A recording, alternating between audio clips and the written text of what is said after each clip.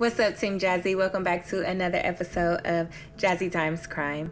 Now, on the morning of April 11, 2023, 35-year-old Rachael King, a devoted single mother who was an elementary teacher at Groverd Cleveland Mastery Charter School, was shot multiple times and killed in Cheltenham Township in her car at Dunkin Donuts drive-thru as her son Jalen sat in the backseat of the car and they were headed to her son's violin lessons when a thin black male wearing a hooded sweatshirt and driving a silver sedan shot her to death.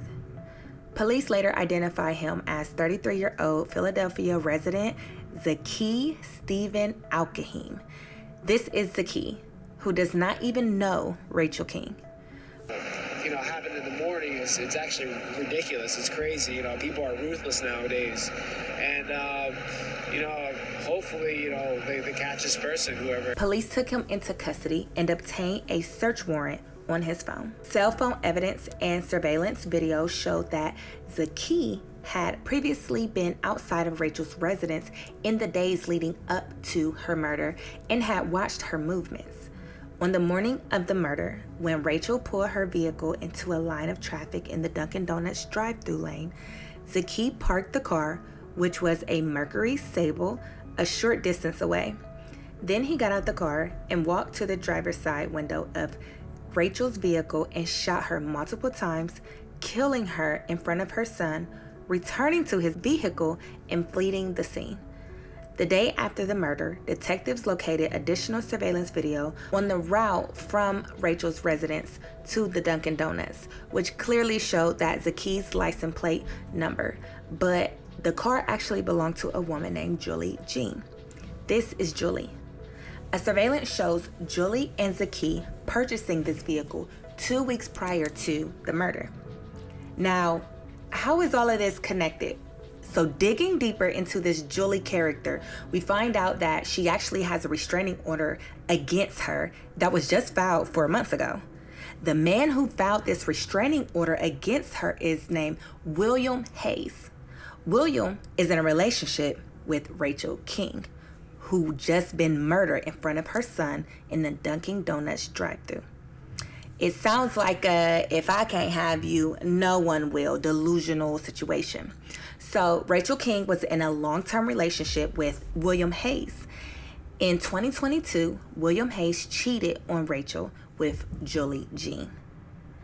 Rachel found out and William had a change of heart, wanting to commit to his girlfriend Rachael. So he ended the affair with Jullie. And in result of that, Jullie started harassing Rachael and William with calls, text messages, and stalking so much that in December of 2022, William had to file a protection against abuse order detailing how the breakup prompted Jullie to stalk and harass William and constantly turning up at his apartment unannounced. Once it was filed, the harassing stopped, so everyone thought. Jullie was still stalking, but quietly, and planning a cold-blooded murder. Cell phone evidence found that Jullie and Zakkee communicated and met multiple times leading up to her murder. Zakkee saved a screenshot to his phone of a Google map of Rachael's apartment complex with a pen marking Rachael's exact apartment and a red arrow showing a route to travel directly to Rachael's apartment. Also on Zakkee's phone were Rachael's photos displayed on a cell phone held by a female's hand, which was probably Jullie's hand. The photo was taken on February 25th, 2023 at 2:17 p.m., less than 30 minutes after Zakkee shared his location with Jullie for them to meet up. Jullie deleted 787 text messages just 13 minutes prior to being interviewed by the police on April 12th. She also sent Zakkee a Cash App message hours after the murder. The gun Zakkee used to shoot Rachael is called a ghost gun and is an exact match to another murder case that happened prior to all of this. Zakkee is facing life in prison over a situation that had nothing to do with him. And Jullie is facing life in prison over a man that was never going to pick her anyway. And none of that was worth the traumatic childhood experience that they have put on Rachael's son. Sad. It's absolutely sad. In front of her child, whatever the circumstances were.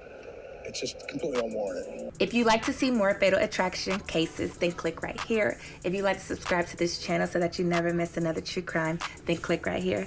I love you, and I will see you guys in the next episode of Jazzy Times Crime.